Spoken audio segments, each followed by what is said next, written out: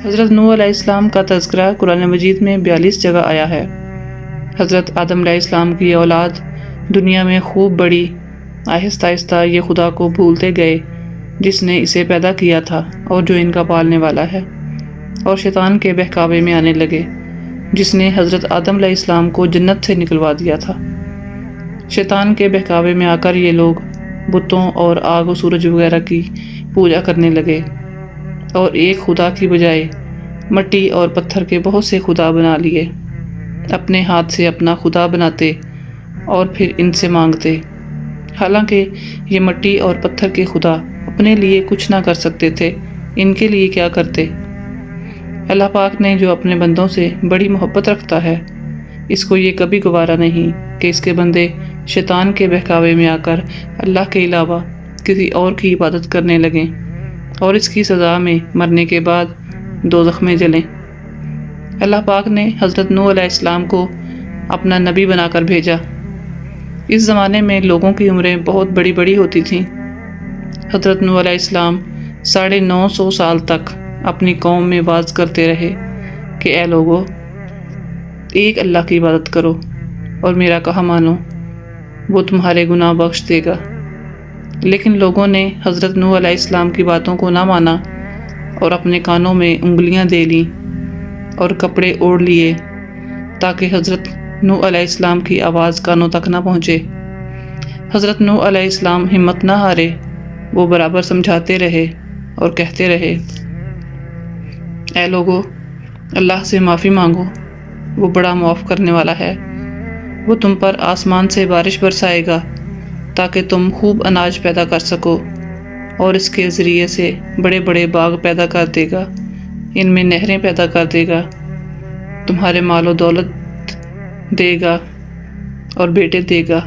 تمہیں کیا ہو گیا ہے کہ تم خدا کو نہیں مانتے، حالانکہ اس نے آسمان بنائے، چاند اور سورج بنائے۔ اس نے تمہیں مٹی سے پیدا کیا اور پھر اسی مٹی میں ایک دن تم مل جاؤ گے، اور پھر قیامت کے دن اسی مٹی سے تم کو دوبارہ زندہ کر دے گا۔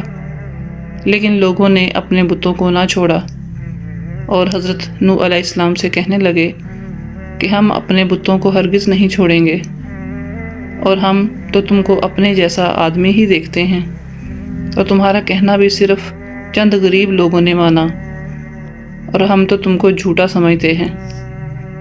حضرت نوح علیہ السلام نے کہا کہ اے میری قوم، میں تمہیں جو نصیحت کرتا ہوں اس کے بدلے میں تم سے کوئی مال و دولت نہیں چاہتا، اور جو غریب آدمی مسلمان ہوئے ہیں اور اللہ پر ایمان لائے ہیں، ان کو میں اپنے پاس سے تمہارے کہنے سے نکالوں گا نہیں۔ اگر میں ان کو اپنے پاس سے نکال دوں تو خدا کے عذاب سے مجھے کون بچائے گا؟ اگر میں ایسا کروں گا تو بہت ناانصاف ہو جاؤں گا۔ ان کی قوم کے لوگوں نے کہا، اے نوح علیہ السلام، تم نے ہم سے جھگڑا بہت کر لیا، اگر تم سچے ہو تو جس عذاب سے تم ہمیں ڈراتے ہو وہ لے آؤ۔ حضرت نوح علیہ السلام نے کہا کہ جب اللہ پاک چاہیں گے عذاب لے آئیں گے۔ اللہ تعالیٰ نے حضرت نوح علیہ السلام کو وحی کے ذریعے سے حکم بھیجا کہ تمہاری قوم میں جو لوگ ایمان لا چکے ہیں ان کے علاوہ اور کوئی ایمان نہیں لائے گا۔ تم غم نہ کرو، ایک کشتی بناؤ۔ حضرت نوح علیہ السلام نے خدا کے حکم کے مطابق کشتی بنانی شروع کی، تو جب ان کی قوم کے سردار ان کے پاس سے گزرتے تو ان کو کشتی بناتے ہوئے دیکھتے تو ان کا مذاق اڑاتے۔ حضرت نوح علیہ السلام ان کے مذاق کے جواب میں کہتے کہ آج مذاق کر لو، کل جو تمہارے اوپر عذاب آئے گا تو اس وقت ہم تمہارا مذاق اڑائیں گے۔ آخر اللہ تعالیٰ کا عذاب ان کے وعدے کے مطابق آیا، زمین سے پانی نکلنا شروع ہوا اور آسمان سے بارش آنی شروع ہوئی۔ اللہ تعالیٰ نے حضرت نوح علیہ السلام کو حکم دیا کہ سب جانوروں کا ایک ایک جوڑا کشتی میں سوار کر لو، اور جو لوگ تمہارے اوپر ایمان لائے ہیں یعنی مسلمان ہو گئے ہیں ان کو سوار کر لو۔ حضرت نوح علیہ السلام نے اس کشتی میں سوار ہونے والوں سے کہا کہ اللہ تعالیٰ کا نام لے کر اس کشتی میں سوار ہو جاؤ، کہ اس کا چلنا اور ٹھہرنا اسی کے ہاتھ میں ہے۔ اللہ تعالیٰ بڑا بخشنے والا مہربان ہے۔ کشتی ان سب کو لے کر لہروں میں چلنے لگی تو اس وقت حضرت نوح علیہ السلام نے اپنے بیٹے سے کہا، اے بیٹا، ہمارے ساتھ سوار ہو جاؤ اور کافروں کے ساتھ مت چلو۔ اس نے کہا، میں کسی پہاڑ پر چڑھ جاؤں گا اور وہ پانی سے بچا لے گا۔ حضرت نوح علیہ السلام نے کہا، آج خدا کے عذاب سے سوائے خدا کے کوئی بچانے والا نہیں۔ اتنے میں دونوں کے درمیان ایک پانی کی لہر اٹھی اور وہ ڈوب گیا۔ پھر اللہ تعالیٰ نے زمین کو حکم دیا کہ اپنا پانی نگل لو، اور آسمان کو بھی حکم دیا کہ پانی برسانا بند کر دے، یہاں تک کہ پانی خشک ہو گیا اور تمام کافر دنیا میں سے ختم کر دیے گئے۔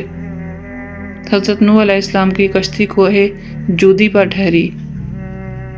حضرت نوح علیہ السلام نے اپنے پروردگار سے عرض کیا، اے میرے رب، میرا بیٹا بھی میرے گھر والوں میں سے ہے اور آپ کا وعدہ سچا ہے۔ یعنی حضرت نوح علیہ السلام کا مطلب تھا کہ اے اللہ تعالیٰ، آپ نے وعدہ فرمایا تھا کہ تیرے گھر والوں کو اس طوفان سے بچا لوں گا، پھر میرا بیٹا کیوں ڈوبا؟ تو اللہ تعالیٰ نے فرمایا کہ اے نوح، تیرے بیٹے تیرے گھر والوں میں سے نہیں تھا، کیونکہ اس کے عمل اچھے نہیں تھے۔ میں تجھ کو نصیحت کرتا ہوں کہ ایسی بات نہ کر جو تیرے علم میں نہیں، اس لیے کہ کنعان اللہ کے علم ازلی میں کافر تھا، اور یہ بات حضرت نوح علیہ السلام کے علم میں نہ تھی۔ حضرت نوح علیہ السلام نے اللہ پاک سے توبہ کی اور اپنے کہنے کی معافی مانگی۔ اللہ پاک نے ان کو معاف کر دیا اور حکم دیا کہ اے نوح، ہماری طرف سے سلامتی اور برکتوں کے ساتھ اتر۔ اس کے بعد حضرت نوح علیہ السلام کی امت سے دنیا بسی اور آہستہ آہستہ ان کے بال بچے آباد ہوتے گئے۔ یہ سب لوگ اللہ تعالیٰ کی اطاعت کرتے رہے۔ زمانہ گزرتا گیا اور آہستہ آہستہ شیطان نے پھر بہکانا شروع کیا تو یہ لوگ اللہ تعالیٰ کو بھولنے لگے۔ حضرت نوح علیہ السلام جو اللہ تعالیٰ کے اتنے بڑے پیغمبر تھے، اپنے بیٹے کو اس کے برے کاموں کی وجہ سے اللہ تعالیٰ کے عذاب سے نہ بچا سکے۔ اس طرح اگر ہمارے ماں باپ اللہ کے کتنے ہی ولی کیوں نہ ہوں، اگر ہمارے عمل اچھے نہ ہوں گے تو وہ ہمیں اللہ تعالیٰ کے عذاب سے نہ بچا سکیں گے۔ ہمیں اپنے بزرگوں کے نیک عمل کا سہارا نہیں لینا چاہیے، بلکہ اللہ اور اس کے رسول صلی اللہ علیہ وسلم کے بتائے ہوئے کاموں پر عمل کر کے نیک بننا چاہیے۔ اسی وجہ سے اللہ تعالیٰ نے قرآن مجید میں کہا ہے کہ اگر تم ایک ذرہ برابر بھی نیکی کرو گے تو اس کا بدلہ ہم تم کو دیں گے، اور اگر ایک ذرہ برابر بھی برا عمل کرو گے تو وہ بھی تمہارے سامنے آ جائے گا۔